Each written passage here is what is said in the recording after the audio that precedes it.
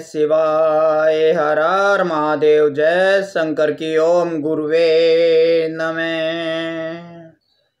जय शंकर की भक्तों। बच्चे आवारा निकल गए तो कहते हैं कि भगवान ये तूने क्या किया, किस कर्म की सजा दी।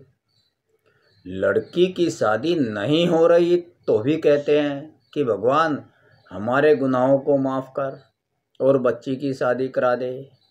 भाई भाई में बैर है, प्यार नहीं है तो भी कहते हैं भगवान हमसे रूठ गया। जो घर की सुख शांति प्यार मोहब्बत जाता रहा। कोई भयंकर बीमारी आन पड़ती है तो भगवान की माया कहते हैं कि भगवान की माया का पता नहीं भाई। क्या पता भगवान हमारे से क्यों रूठा है, हमने तो कोई पाप भी नहीं किया। हर परिस्थिति के लिए भगवान दोषी। ये कैसी तुम्हारी आस्था है, कैसी तुम्हारी भक्ति है। भगवान को तुमने समझ क्या रखा है? अपने घर का नौकर और कहते हैं सबका मालिक तू। और आपकी बातों से तो ऐसा लग रहा है कि वो आप सबका नौकर ही है, मालिक तो वो कभी आपकी नजरों में हुआ ही नहीं। कैसे तुम्हारी आस्था है, कैसे तुम्हारी भक्ति है। तुम तो भगवान से ही सौदेबाजी करने लगते हो कि भगवान मैं तुझे ये चढ़ाऊंगा वो चढ़ाऊंगा, मेरा बस ये काम कर दे। जैसे किसी मजदूर को कह रहे हो कि तू ये काम करेगा तो तुझे मजदूरी मिलेगी, मैं तुझे ये मजदूरी दूंगा अगर तू मेरा ये काम करेगा। कहते रहते हो कि भगवान भाव का भूखा है, तो क्या यही भाव है आपका कि हर समय भगवान को दोष निकालते रहो, निकालते रहो, निकालते रहो, उससे शिकायतें करना, उसका दोष निकालना, यही आपका भाव है, यही आस्था है, यही भक्ति है। उससे अपना काम निकलवाने के लिए चढ़ावे और पूजा करने का लालच देते रहना, यही आपकी आस्था भक्ति है क्या? उसे भी लालच दे रहे हो, मैं ये चढ़ाऊंगा, मैं तेरी इतना पूजा करूंगा, 16 सोमवार रहूंगा, अगर तू मेरा ये काम कर देगा, वही सत्यनारायण की लीलावती कलावती की कहानी इसकी शादी पर करूंगा, इसके जन्म पर करूंगा। कैसी लीला है, कैसी दोहरी नीति है तुम्हारी। तुम्हारी कल्पना में तो भगवान ऐसा है कि यदि तुम्हें भगवान कहीं घूमते फिरते मिल भी जाए तो उसे पकड़कर घर ले आओ और उससे सारे काम कराओ और खुद आराम से लेटे रहो, तुम्हें कुछ भी करना ना पड़े, बस सब कुछ भगवान आकर कर दे, तुम निकम्मे बने रहो। आज ये मानव प्रवृत्ति बन गई है कि रास्ता आसान हो और मंजिल दुर्लभ हो। संयम, तपस्या, भक्ति तो करनी ही ना पड़े, बस आसानी से सब कुछ मिल जाए। क्योंकि तपस्या, संयम, भक्ति में परिश्रम जो लगता है, परिश्रम तो करना ही नहीं है। पाप करो, बस एक डुबकी गंगा जी में लगा आओ, पिछले पाप नष्ट, फिर दोबारा पाप करो और गंगा जी में डुबकी लगा आओ। पाप करते जाओ और गंगा जी में डुबकी लगाते जाओ, पाप धुलते जाएंगे। क्या यही तुम्हारी भक्ति है, यही आस्था है? क्या इतने मात्र से आपके पाप धुल जाएंगे? फिर तो पाप करो और गंगा जी में डुबकी लगा लो। क्यों तपस्या, भक्ति, व्रत, पूजा करते हो?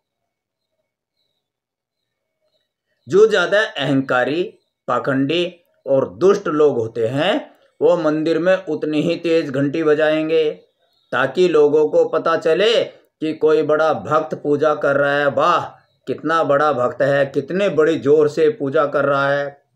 याद रखो, तूने जो कमाया दूसरा ही खाएगा। तूने जो कमाया है दूसरा ही खाएगा। खाली हाथ आया है, खाली हाथ जाएगा। तूने जो कमाया है दूसरा ही खाएगा। खाली हाथ आया है, खाली हाथ जाएगा। जब तक ये सांसें हैं तब तक ही ये रिश्ता है। ये मेरा है, ये पराया है, ये चाचा, ये ताऊ, ये भाई, ये बहन, ये बेटा, ये पिता। ये पत्नी ये पति, जब तक ये सांसें हैं तब तक ही ये रिश्ता है, और सांसें जिस घड़ी टूट गई ये रिश्ता टूट जाएगा। कर्म क्या है, आइए आज इसे समझते हैं। बहुतों को हमने कहते सुना है कि अपने जीवन में उन्होंने कोई बुरा कर्म नहीं किया है, फिर ईश्वर उन्हें दुख देकर सजा क्यों दे रहा है। जबकि गीता का तो यही संदेश है कि कर्म किए जा बंदे, फल की इच्छा मत करे इंसान, और जैसे कर्म करेगा वैसे फल देगा भगवान। वास्तव में इन लोगों को तो कर्म का ज्ञान ही नहीं है कि कर्म क्या है। जो हाथों से किया जाता है, ध्यान देना भक्तों, शरीर से किया जाता है, जिसका सबको पता है, और जो आंखों से देखा जा सकता है, वह कार्य और क्रिया है, कर्म नहीं है। जिसे केवल हम जानते हैं, या जिसे ईश्वर तो सत्य ही जानता है, जो किसी को दिखाई नहीं देता, वही कर्म है। यानी हमारे विचार, जो हमारे विचार हैं वही कर्म कहलाते हैं। हाथों से जो कर रहे हैं वो तो क्रिया है, कर्म नहीं है, कार्य है। कर्म मन से होता है, और क्रिया या कार्य शरीर से होता है, हाथों से होता है, पैरों से होता है, मुंह से होता है, यानी कि शरीर के अंगों से होता है कार्य और क्रिया।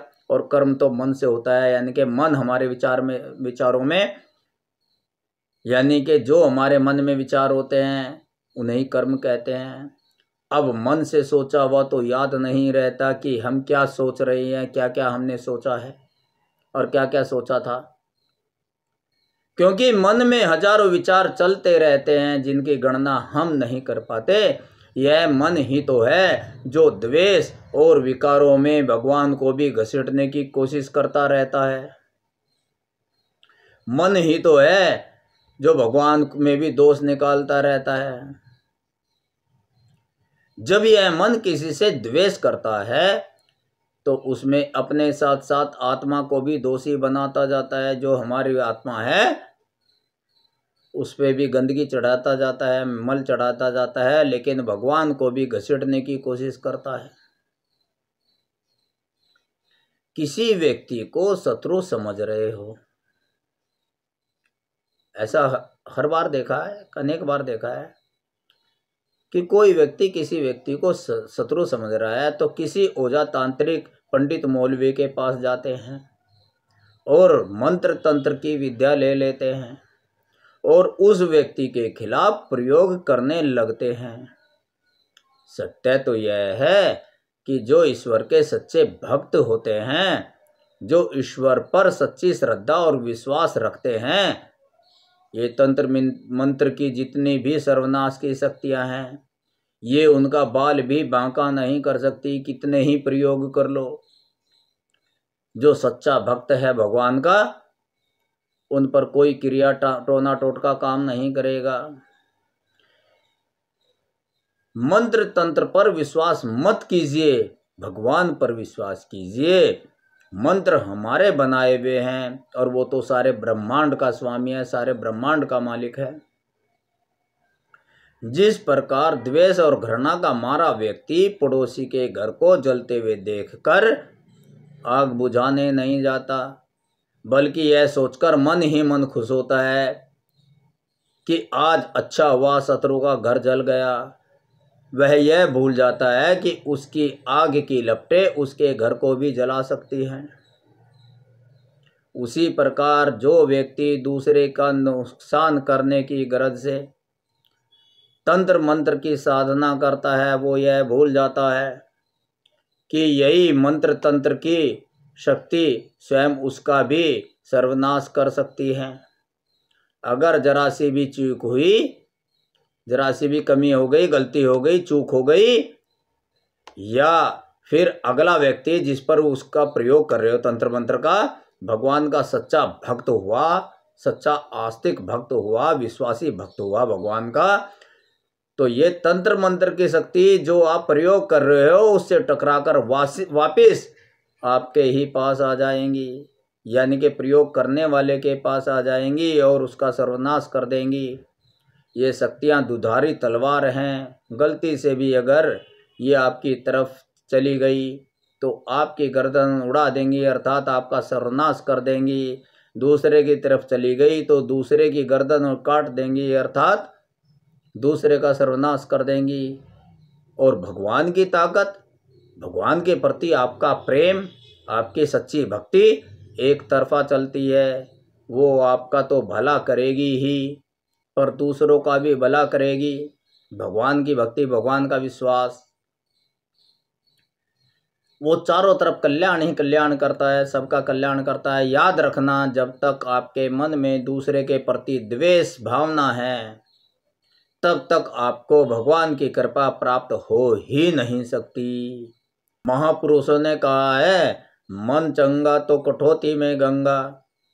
इसलिए किसी से द्वेष भावना ना रखकर, मन को निर्मल रखकर भगवान पर प्रबल विश्वास करना चाहिए। पर सबसे बड़ी मुश्किल तो यही है कि ये मन अच्छे कार्यों में तो लगता ही नहीं है। यह मन भगवान का भी द्वेषी है, भगवान का भी शत्रु है, बैरी है। इसे तो संसार में बस स्वाद चाहिए। स्वाद के लिए ही मन मृग तृष्णा की तरह यहाँ वहाँ भटकता रहता है। अगर इसे एक बार ईश्वर के प्रेम और भक्ति का स्वाद चखा दिया जाए तो फिर यह मन कहीं नहीं भटकेगा, यह स्थिर भगवान में लग जाएगा।